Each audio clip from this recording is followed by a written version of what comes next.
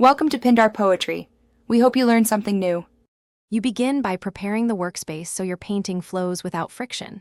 Pick a canvas size and resolution that matches your final use. Once set, add 3 layers, sketch, base color, and details, and lock the sketch so it won't smudge. Choose a brush preset for quick sketching and import a reference image on its own layer, lowering opacity to about 40% so it guides but doesn't dominate.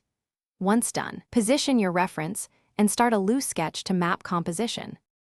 You now block in the painting to establish value and color relationships quickly. Use a large, soft brush to lay down major shapes and keep strokes broad. Reduce brush opacity to 0. 5. To build up tones gradually. Create a small palette of 5-7 colors with the color picker so you stay consistent, and make use of selection tools for clean cutouts and symmetry mode for balanced elements.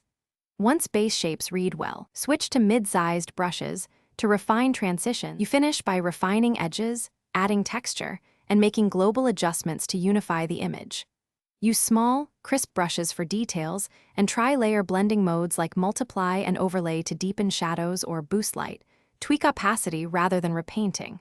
After final color balance, sharpen subtly and merge only non-essential layers while keeping a PSD copy for edits. Export to PNG or PSD at full resolution. If the app lags or brushes behave oddly, reset the brush preset or restart Infinite Painter to clear temporary glitches. Thanks for watching. Consider subscribing if we helped you.